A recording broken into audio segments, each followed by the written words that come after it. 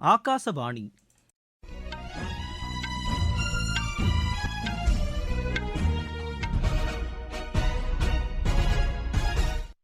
செய்திகள் வாசிப்பவர் கோபிநாத்.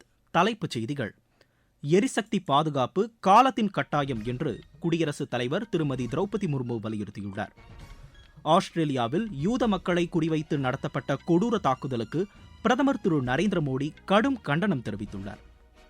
லட்சத்தீவில் நடைபெற்ற முதலீட்டாளர் மாநாட்டில் 519 கோடி ரூபாய் அளவிற்கு முதலீடு ஈர்க்கப்பட்டுள்ளதாக மத்திய அமைச்சர் திரு ராஜீவ் ரஞ்சன் சிங் கூறியுள்ளார். கோவிட்-19 தடுப்பு மருந்து பாதுகாப்பானது மற்றும் வலிமையானது என்று தில்லி எய்ம்ஸ் மருத்துவமனை நடத்திய ஆய்வில் உறுதி செய்யப்பட்டுள்ளது. உலகக்கோப்பை ஸ்குவாஷ் போட்டியில் இந்தியா பட்டம் வென்றது. இனி விரிவான செய்திகள். எரிசக்தி பாதுகாப்பு காலத்தின் கட்டாயம் என்று குடியரசுத் தலைவர் திருமதி திரௌபதி முர்மு தெரிவித்துள்ளார். புதுதில்லியில் இன்று தேசிய எரிசக்தி பாதுகாப்பு விருதுகளை வழங்கி பேசிய அவர், சேமிக்கப்படும் ஒவ்வொரு யூனிட் மின்சாரமும் வருங்கால சந்ததியினரின் நலனுக்காக இயற்கையை பாதுகாப்பதற்கான பொறுப்புணர்வை பிரதிபலிப்பதாக கூறினார். தூய்மையான எரிசக்தி பயன்பாட்டை ஊக்குவிக்க மத்திய அரசு பல்வேறு நடவடிக்கைகளை மேற்கொண்டு வருவதாக குறிப்பிட்ட அவர், கரியமில வாயு வெளியேற்றத்தை கட்டுப்படுத்துவதில் நிர்ணயிக்கப்பட்ட காலத்திற்கு முன்பாகவே இலக்கை எட்டி இந்தியா சாதனை படைத்திருப்பதாக தெரிவித்தார். இந்த நிகழ்ச்சியில் பேசிய மத்திய மின்துறை அமைச்சர் திரு மனோகர் லால், வளர்ச்சிப் பணிகளை மேற்கொள்ளும் அதே வேளையில் சுற்றுச்சூழலை பாதுகாக்க வேண்டியதன் அவசியத்தையும் வலியுறுத்தினார். ஆஸ்திரேலியாவில் யூத பண்டிகையான ஹனுக்காவை கொண்டாடிய மக்களை குறிவைத்து நடத்தப்பட்ட கொடூர தாக்குதலுக்கு பிரதமர் திரு நரேந்திர மோடி கடும் கண்டனம் தெரிவித்துள்ளார். இதுகுறித்து அவர் வெளியிட்டுள்ள சமூக வலைதள பதிவில், இந்த தாக்குதலில் உயிரிழந்தோர் குடும்பங்களுக்கு இந்திய மக்கள் சார்பில் தமது ஆழ்ந்த இரங்கலை தெரிவித்துக் கொள்வதாக கூறியுள்ளார். இந்த துயரமான காலகட்டத்தில் ஆஸ்திரேலிய மக்களுக்கு இந்தியா உறுதுணையாக இருக்கும் என்றும் அவர் குறிப்பிட்டுள்ளார். தீவிரவாதத்தை இந்தியா ஒருபோதும் சகித்துக் கொள்ளாது என்றும் தீவிரவாதத்திற்கு எதிரான நடவடிக்கைகளுக்கு இந்தியா ஆதரவளிக்கும் என்றும் பிரதமர் தெரிவித்துள்ளார். ஆஸ்திரேலியாவின் போண்டி கடற்கரை பகுதியில் இன்று காலை நடத்தப்பட்ட தாக்குதலில் 12 பேர் உயிரிழந்தனர். காவல்துறையினர் உட்பட 29 பேர் காயமடைந்துள்ளனர். நாட்டின் நீடித்த வளர்ச்சிக்கு மின்சாரத்தை சிக்கனமாக பயன்படுத்துவது அவசியம் என்று புதுப்பிக்கத்தக்க எரிசக்தித்துறை அமைச்சர் திரு பிரல்ஹாத் ஜோஷி வலியுறுத்தியுள்ளார். இதுகுறித்து அவர் வெளியிட்டுள்ள சமூக வலைதள பதிவில், மின்சார சேமிப்பு வருங்காலத்தில் நாட்டின் எரிசக்தி பாதுகாப்பை மேம்படுத்தும் என்று குறிப்பிட்டுள்ளார்.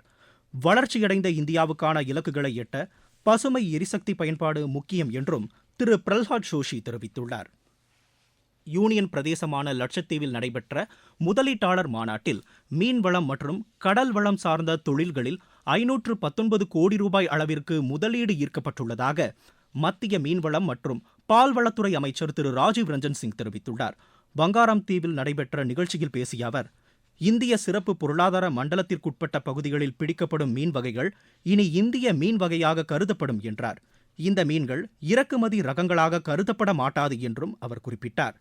மாற்றி அமைக்கப்பட்ட சிறப்பு பொருளாதார மண்டல விதிமுறைகளின்படி மீன் ஏற்றுமதி நடைமுறைகளை சீரமைத்து தேவையற்ற சுங்கவரி நடைமுறைகளை அகற்ற வகை செய்யப்பட்டுள்ளதாகவும் அவர் கூறினார்.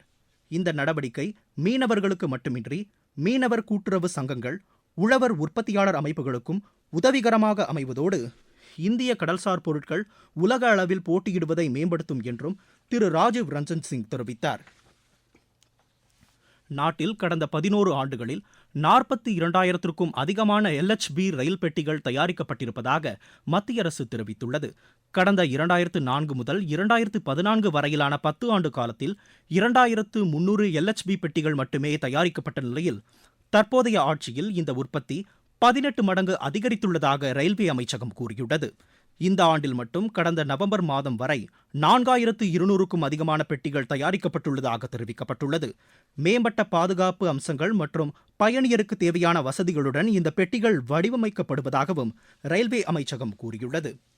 சத்தீஸ்கர் மாநில சட்டப்பேரவையின் குளிர்கால கூட்டத்தொடர் நவராய்ப்பூரில் இன்று தொடங்கியது. 4 நாட்கள் நடைபெறும் இந்த கூட்டத்தொடரின் முதல் நாளான இன்று சத்தீஸ்கர் தொலைநோக்கு திட்டம் 2047 குறித்த சிறப்பு விவாதம் நடைபெற்றது. பிரதான எதிர்க்கட்சியான காங்கிரஸ் இன்றைய கூட்டத்தொடரை புறக்கணித்த போதிலும் அவையின் வழக்கமான அலுவல்கள் மேற்கொள்ளப்பட்டன. இந்த கூட்டத்தொடர் முதல் முறையாக காகித பயன்பாடு அல்லாத அமர்வாக நடைபெறுகிறது. நீங்கள் கேட்டுக்கொண்டிருப்பது ஆகாசவாணியின் செய்தி அறிக்கை.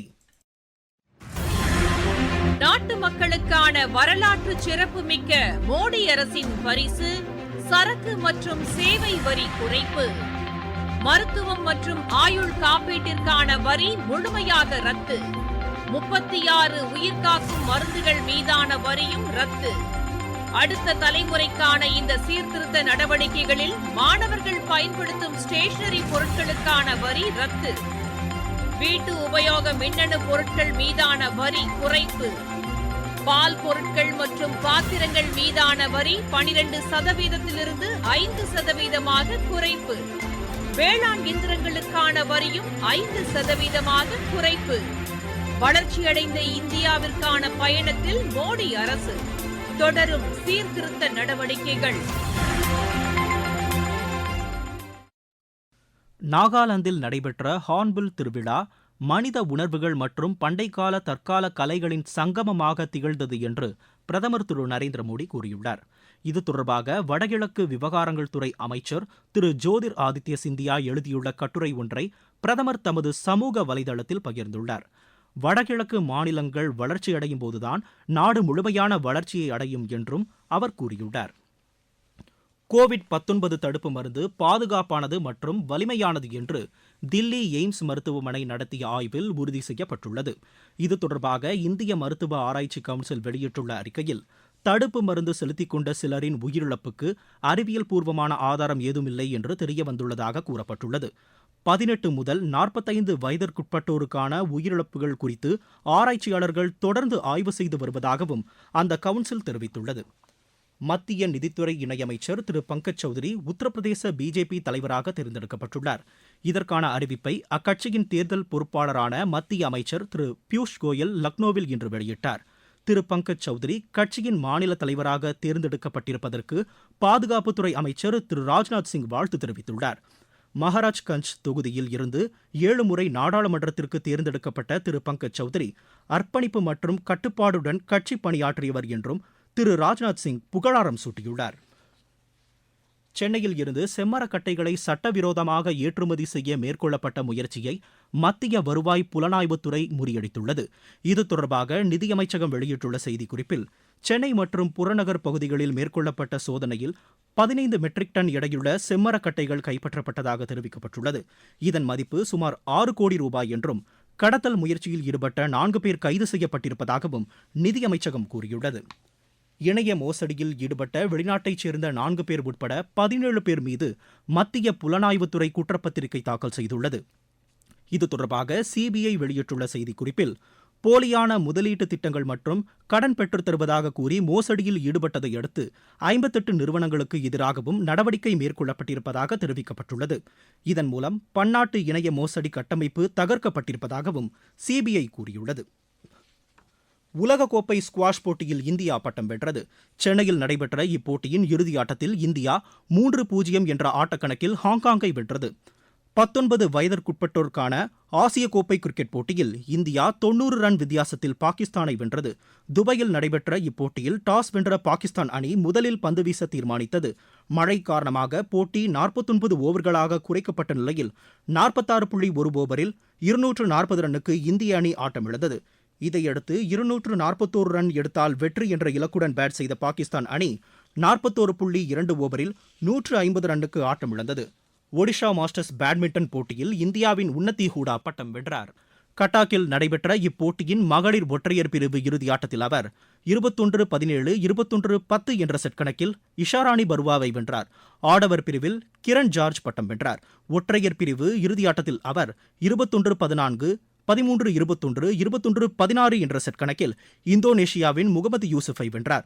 லெபனானில் நடைபெற்ற ஆசிய தற்காப்பு கலை சாம்பியன் போட்டியில் இந்தியா 1 தங்கம், 2 வெள்ளி, 2 வெண்கலப் பதக்கங்களை வென்றது. துபாயில் நடைபெற்ற ஆசிய இளையோர் பாரா விளையாட்டுப் போட்டிகளில் இந்தியா 19 தங்கம், 15 வெள்ளி, 22 வெண்கலப் பதக்கங்களை வென்றது. மீண்டும் தலைப்புச் செய்திகள். எரிசக்தி பாதுகாப்பு காலத்தின் கட்டாயம் என்று குடியரசுத் தலைவர் திருமதி திரௌபதி முர்மு வலியுறுத்தியுள்ளார். ஆஸ்திரேலியாவில் யூத மக்களை குறிவைத்து நடத்தப்பட்ட கொடூர தாக்குதலுக்கு பிரதமர் திரு நரேந்திர மோடி கடும் கண்டனம் தெரிவித்துள்ளார். லட்சத்தீவில் நடைபெற்ற முதலீட்டாளர் மாநாட்டில் 519 கோடி ரூபாய் அளவிற்கு முதலீடு ஈர்க்கப்பட்டுள்ளதாக மத்திய அமைச்சர் திரு ராஜீவ் ரஞ்சன் சிங் கூறியுள்ளார். கோவிட்-19 தடுப்பு மருந்து பாதுகாப்பானது மற்றும் வலிமையானது என்று தில்லி எய்ம்ஸ் மருத்துவமனை நடத்திய ஆய்வில் உறுதி செய்யப்பட்டுள்ளது. உலகக்கோப்பை ஸ்குவாஷ் போட்டியில் இந்தியா பட்டம் வென்றது. இத்துடன் இந்த செய்தி அறிக்கை நிறைவடைகிறது.